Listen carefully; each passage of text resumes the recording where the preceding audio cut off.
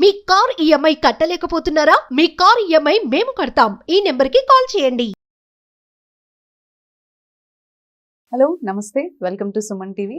ప్రస్తుతం మనతో motivational speaker Rajesh గారు ఉన్నారు. వీరితో కొన్ని విషయాలను ఈరోజు మనం మాట్లాడుకుందాం. నమస్తే అండి. నమస్తే మేడం. రాజేష్ గారు, ఇప్పుడు మనకి నార్మల్గా సొసైటీలో కొంతమందిని చూస్తున్నట్లయితే ఒకే విషయానికంటే ఒక కంఫర్ట్ లైఫ్కి, ఐదర్ అది స్టూడెంట్ కావచ్చు, లేదంటే జాబ్ చేసే వాళ్ళు కావచ్చు, ఏదైనా కెరియర్లో అయినా కానీ ఒక కంఫర్ట్నెస్ ఉండగానే అందులోనే స్టిక్ ఆన్ అయిపోతున్నారు, ముందుకి గ్రో అవ్వలేకపోతున్నారు అనమాట. అంటే వాళ్ళని సరే ఇది మనకి బాగుంది కదా అని చెప్పేసి స్టార్టింగ్లోనే వాళ్ళు ఇంకొక స్టెప్ ఫర్దర్ వేయలేకపోతూ ఉంటారు. సో అది ఆ మైండ్ సెట్కి ఏంటంటారు రీజన్? అండ్ వాళ్ళు అందులోంచి బయటికి వచ్చి గ్రో అవ్వాలి అంటే ఏం చేయొచ్చు అంటారు? ఈ రోజుల్లో జాబ్ కావచ్చు, ఏదైనా ఒక ప్రొఫెషన్ కావచ్చు, ఆ సర్కిల్లోనే ఉండిపోతారు. అవును, అంటే సింపుల్గా చెప్పాలంటే బావిలోని కప్పలాగా ఇదే నా ప్రపంచం, ఇక్కడే వీళ్ళు మాత్రం చాలు, మిగతా వాళ్ళు అవసరం లేదు అన్నట్టుగా కంఫర్ట్ జోన్లో ఉండి ఇందులోంచి బయటకు వస్తే బతకలేను అన్నట్టుగా అయిపోతారు. కానీ ఎప్పుడైతే మనిషి కంఫర్ట్ జోన్ నుంచి బయటకు వస్తాడో అప్పుడే యాక్చువల్ సక్సెస్ స్టార్ట్ అవుతుంది. ఇప్పుడు చరిత్రలో నిలిచిపోయిన ఎవరిని తీసుకున్నా కానీ నేను ఇక్కడే ఉంటా, నేను మా ఇంట్లోనే ఉంటా, నేను ఈ చిన్న సర్కిల్లోనే ఉంటా అంటే ఎక్స్పాండ్ అవ్వలేం. అవును. సో వివేకానంద దీని గురించి ఒక మంచి కొటేషన్ చెప్తారు, సంకోచమే మరణం, వ్యాకోచమే విజేత లక్షణం అని.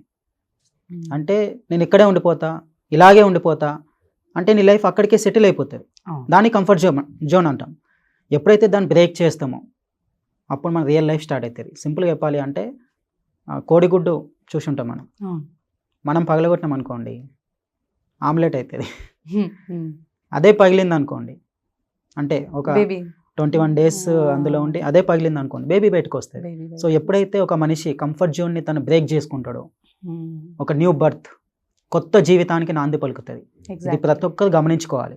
నాకున్న లైఫే చాలు, మంత్లీ ఒక 20 వస్తున్నాయి 30 వస్తున్నాయి శాలరీ కావచ్చు, లైక్ ఉంటున్న లైఫ్ స్టైల్ కావచ్చు, నేను ఇక్కడే ఉంటున్నా, నా సర్కిల్ ఇంతే అని అక్కడే ఉండిపోతే నీ లైఫ్ అక్కడికే సెటిల్ డౌన్ అయిపోతుంది. దాన్ని ఎప్పుడైతే బ్రేక్ చేయగలుగుతావో, ఎప్పుడైతే కంఫర్ట్ జోన్ని బ్రేక్ చేస్తామో అప్పుడు యాక్చువల్ మన లైఫ్ మీనింగ్ అక్కడ నుంచి స్టార్ట్ అవుతుంది, నిజమైన జీవితం అక్కడ నుంచి స్టార్ట్ అవుతుంది. దీన్ని అంత ఈజీగా బ్రేక్ చేయలేరు. చేయాలంటే మంచి డెడికేషన్, కమిట్మెంట్, తను చేయాలనే తపన తన లోపల ఉండాలి. ఫర్ ఎగ్జాంపుల్ ఒక 21 days గుడ్డు ఎలాగైతే పొదుగుతుందో ఆ 21 days గుడ్డులాగానే ఉంటుంది.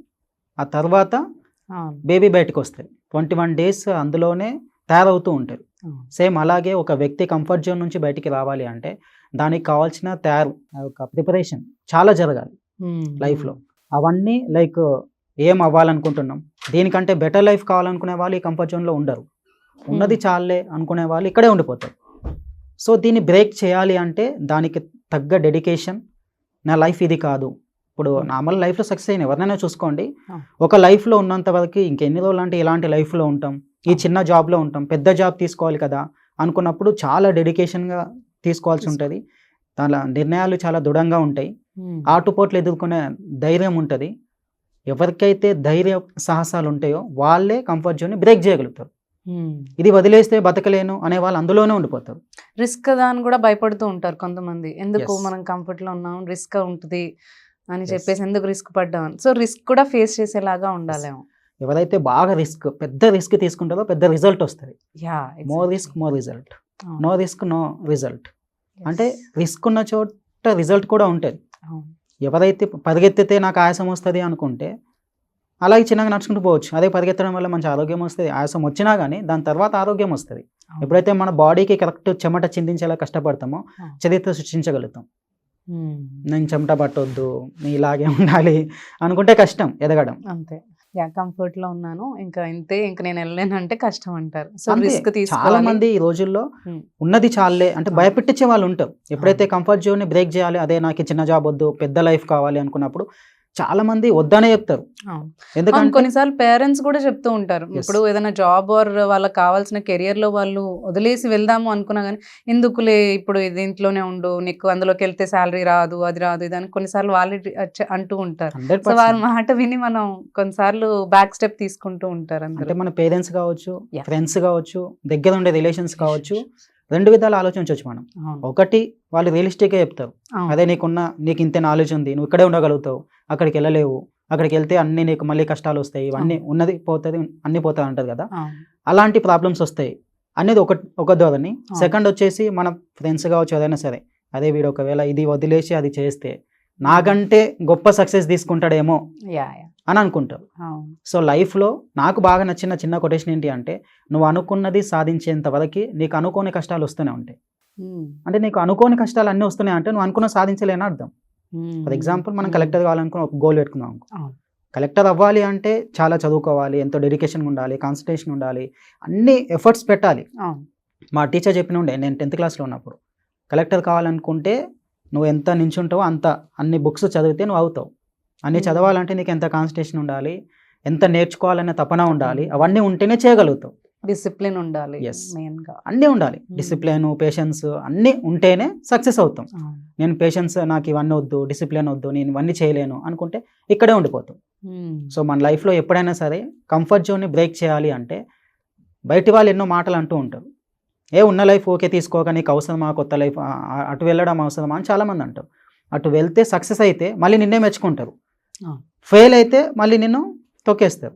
అంటే లైఫ్లో ఒకసారి ఫెయిల్ అయ్యి చూడు, సక్సెస్ అయితే చప్పట్లు కొట్టేటోళ్ళు కొంతమందే ఉంటారు, కానీ ఫెయిల్ అయితే చివాట్లు పెట్టేటోళ్ళు పక్క, అంటే ఇంట్లో వాళ్ళు చుట్టూ అందరూ ఉంటారు. సో సక్సెస్ని ఫేస్ చేసినంత ఈజీగా ఫెయిల్ని కూడా నువ్వు ఫేస్ చేసినప్పుడు నీ కంఫర్ట్ జోన్, ఏ జోన్ అయినా సరే నీకు అంటే అణిగిపోతుంది. సో నేను చెప్పేది ఏంటి అంటే, సక్సెస్ని తీసుకోవడమే కాదు, ఫెయిల్ని కూడా తీసుకోవాలి. ఇప్పుడు ఉన్న ఫర్ ఎగ్జాంపుల్ జాబ్ కావచ్చు ఏదైనా కదా, ఇది వదిలేసి నేను వేరే ఫీల్డ్లోకి వెళ్ళిపోతున్నా అంటే సక్సెస్ రావచ్చు, ఫెయిల్యూర్ రావచ్చు. కరెక్ట్ ఇంప్లిమెంట్ చేసినా సరే ఫెయిల్యూర్ రావచ్చు. ఎందుకంటే మన అబ్దుల్ కలాం అన్నట్టు ఫెయిల్ అంటే ఫస్ట్ అటెంప్ట్ ఇన్ లెర్నింగ్. నువ్వు నేర్చుకుంటున్నావు. ఫెయిల్ అయినామంటే ఫుల్ స్టాప్ కాదు. మనం ఏ మూవీ చూసినా కానీ హీరో చనిపోయింది అనుకోండి, సినిమా ఎండ్ అవుతుందా? కంటిన్యూ అవుతుంది.